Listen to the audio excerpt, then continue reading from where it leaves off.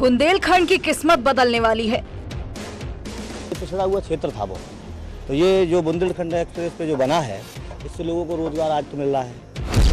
विकास की सड़क खुलने वाली है। लगभग 97% काम पूरा हो गया है।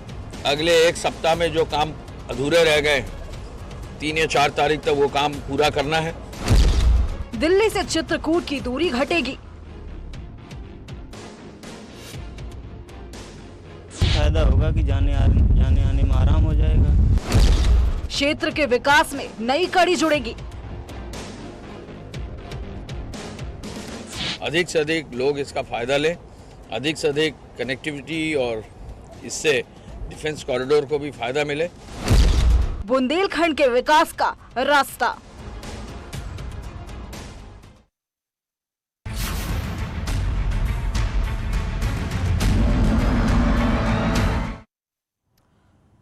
तो बहुप्रतीक्षित बुंदेलखंड एक्सप्रेसवे लगभग अब बनकर तैयार हो चुका है। अब तक 96% काम पूरा हो चुका है। 296 लंबा एक्सप्रेसवे का उद्घाटन अगले महीने यानी कि जुलाई में प्रधानमंत्री नरेंद्र मोदी द्वारा किया जा सकता है। माना जा रहा है कि उद्घाटन समारोह जालौन जिले के डकोर कस्बे के पास होगा। लेकिन यहां आपके लिए यह जानना जरूरी है कि एक्सप्रेसवे कितने जिलों से होकर गुजरेगा और कहां से शुरू होगा। आपको ग्राफिक्स के जरिए समझाने की कोशिश करते हैं कि किस तरह से यह एक्सप्रेसवे बनने वाला है। तो एक्सप्रेसवे चित्रकूट में NH-35 के पास से शुरू होगा, जो कि बांदा से महोबा, हमीरपुर, जालौन होते हुए औरैया और फिर इटावा के कुदरैल गांव के पास खत्म होगा। आइए देखते हैं इस पर एक रिपोर्ट।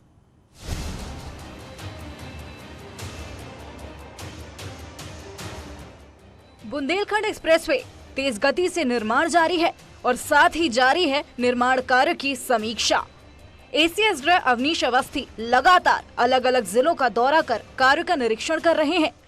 योगी सरकार के अति महत्वपूर्ण प्रोजेक्टों में से एक बुंदेलखंड एक्सप्रेसवे के निर्माण की समीक्षा करने के लिए राज्य के अपर गृह सचिव अवनीश अवस्थी लगातार सक्रिय बने हुए हैं। यहाँ पर बुंदेलखंड एक्सप्रेसवे पर उनका हेलीकॉप्टर उतरा हुआ है। फिलहाल वे निरीक्षण करने के लिए चले गए हैं। आज उनको इटावा, औरैया, जालौन और बांदा का सघन निरीक्षण करना है। जैसी जानकारियां निकल करके सामने आ रही हैं। बुंदेलखंड एक्सप्रेसवे की लंबाई 296.7 किलोमीटर है। एक्सप्रेसवे चित्रकूट से इटावा को जोड़ेगा। इटावा में बुंदेलखंड एक्सप्रेसवे को लखनऊ आगरा एक्सप्रेसवे से मिलेगा। मतलब ये है कि चित्रकूट से देश की राजधानी दिल्ली और लखनऊ के बीच घटेगी। चित्रकूट से आने वाले लोग बुंदेलखंड एक्सप्रेसवे के जरिए आसानी से लखनऊ आगरा एक्सप्रेसवे तक पहुंच सकेंगे और इसके बाद वो दिल्ली या फिर लखनऊ की ओर जा सकते हैं। ये पिछड़ा हुआ क्षेत्र था बहुत, तो ये जो बुंदेलखंड एक्सप्रेस पे जो बना है, इससे लोगों को रोजगार आज तो मिल रहा है। लोग मेहनत मजदूरी बहुत लोग कर रहे हैं। और दूसरा क्या है कि ये रास्ता हो गए, कुछ नहीं तो हमारे लोग सर्विस रोड बन गया। हम लोगों को बड़े बड़े लोग ऊपर से चलेंगे, हम लोग सर्विस रोड पर चलेंगे सब। एक्सप्रेसवे की चौड़ाई 110 मीटर है। एक्सप्रेसवे 6 लेन का होगा। हालांकि शुरुआत में 4 लेन का निर्माण किया जा रहा है। अब तक 96% काम पूरा हो चुका है। एक्सप्रेसवे पर 4 रेलवे ओवरब्रिज हैं, 11 बड़े पुल, 286 छोटे पुल बनाए गए हैं, 6 टोल प्लाजा, 7 रैंप प्लाजा का निर्माण भी किया गया है। इसके अलावा 18 फ्लाईओवर का निर्माण भी किया गया है। लगभग 97% काम पूरा हो गया है। अगले एक सप्ताह में जो काम अधूरे रह गए 3 या 4 तारीख तक वो काम पूरा करना है। हमारे 4 पैकेजेस जो है कंप्लीट है। ये पैकेज 6 और पैकेज 2 में थोड़ा बहुत काम बाकी है, उसको भी हम बहुत जल्दी पूरा कर रहे हैं। फिलहाल एक्सप्रेसवे का निर्माण तेज गति से जारी है और माना जा रहा है कि जुलाई के दूसरे हफ्ते में एक्सप्रेसवे का उद्घाटन किया जा सकता है। प्रधानमंत्री मोदी 13 जुलाई या फिर इसके बाद एक्सप्रेसवे का उद्घाटन कर सकते हैं। जुलाई के दूसरे सप्ताह में बुंदेलखंड एक्सप्रेसवे के शुभारंभ होने की स्थिति को लेकर के यहाँ पर अधिकारियों को जिस तरीके के निर्देश दिए गए हैं, उसी क्रम में यहाँ देखा जा रहा है बड़े पैमाने पर काम चल रहा है। तमाम मशीनें और मजदूर इधर काम करते हुए दिखाई दे रहे हैं। जो सामने दिखाई दे रहा है पॉइंट, वो यहाँ पर टोल प्लाजा बनाया जा रहा है, जिसके जरिए यहाँ इटावा के बॉर्डर पर लोग उतर सकते हैं। जो लोग चित्रकूट की तरफ से आएंगे वो इस पॉइंट पर उतरेंगे, या जिन लोगों को इटावा के साइड में उतरना है और आगे जाना है तो वो इस जगह उतर सकते हैं। तो इस तरीके की तैयारियां यहाँ पर चलती हुई दिखाई दे रही हैं। हालांकि अभी कई जगहों पर कार्य अभी अधूरा है, कई जगहों पर एक्सप्रेसवे की लेन अभी कंप्लीट नहीं हुई है, जिन्हें पूरा किया जा रहा है। इस समय जिस रो पर खड़ा हुआ हूँ यह है बुंदेलखंड एक्सप्रेसवे की एक लेन है। मेरे ठीक बगल से दूसरी लेन बनी हुई है जो करीब करीब पूरी तरीके से निर्मित कर ली गई है, लेकिन जगह बेजगह ऐसा देखा जा रहा है कि अभी काफ़ी जगह निर्माण अधूरा पड़ा हुआ है और इसी को लेकर के राज्य के बड़े अफसरों की तरफ से निर्देश दिए गए हैं ताकि ये जो अधूरे पड़े हुए निर्माण कार्य जल्दी से जल्दी पूरे किया जा सके। माना जा रहा है कि बुंदेलखंड एक्सप्रेसवे के निर्माण से बुंदेलखंड अंचल के विकास की गति तेज होगी, साथ ही रोजगार के नए अवसर भी खुलेंगे।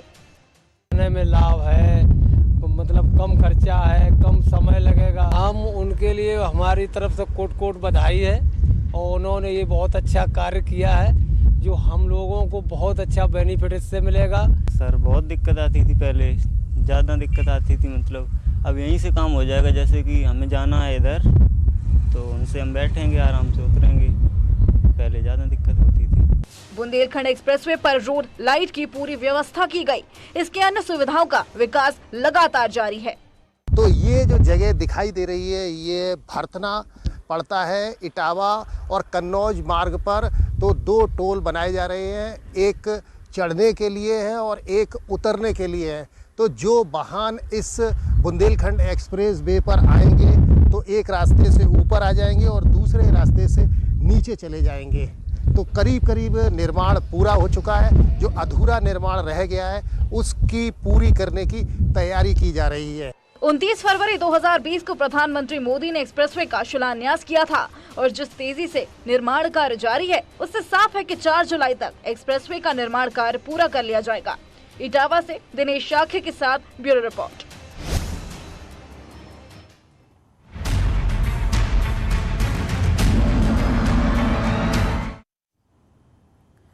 और राम मंदिर निर्माण के लिए ट्रस्ट की ओर से निधि समर्पण अभियान चलाया गया था, जिसके जरिए 3500 करोड़ रुपए दान के रूप में मिले। इनमें से 34 करोड़ रुपए सिर्फ 11 करोड़ लोगों ने दान में दी है। ये वो लोग हैं जिनके घर कार्यकर्ता पहुंचे या फिर जिनसे संपर्क किया गया।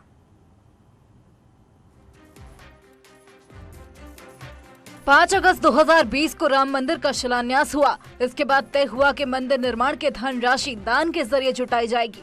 कार्यकर्ता घर जाएंगे, लोगों के मंदिर के दान लेंगे।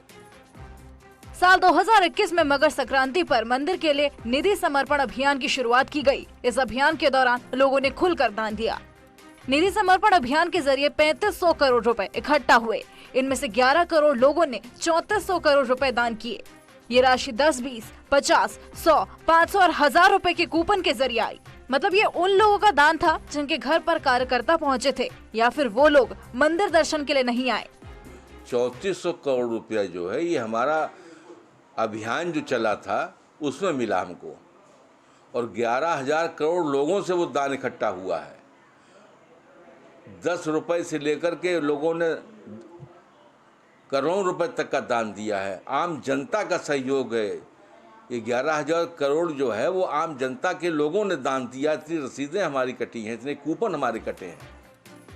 ये धनराशि सिर्फ दान के लिए जो कूपन जारी किए जा रहे थे या फिर रसीद काटी उनके जरिए आई। इसके अलावा लोगों ने चेक के जरिए भी दान किया, ट्रस्ट के खाते में पैसे भेजे। हालांकि एक तथ्य ये भी है कि दान के लिए जारी किए गए करीब 22 करोड़ चेक बाउंस हुए, जिसने ट्रस्ट की ओर से दोबारा संपर्क किया जा रहा है। वह इन सबके बीच मंदिर निर्माण का कार्य तेजी से जारी है। जानकारी के मुताबिक मंदिर का गर्भगृह 2024 में बनकर तैयार हो जाएगा। बंसी पहाड़पुर से तराशे गए पत्थर अयोध्या लाए जा रहे हैं। निर्माण अभी चल रहा है और मंदिर हमारा जनवरी 24 में उसका गर्भगृह तैयार होगा, जहाँ भगवान पधारेंगे। मंदिर निर्माण के लिए अभी भी लोग दान कर रहे हैं। दूसरे लफ्जों में कहें तो हर कोई मंदिर निर्माण में सहयोगी बनना चाहता है।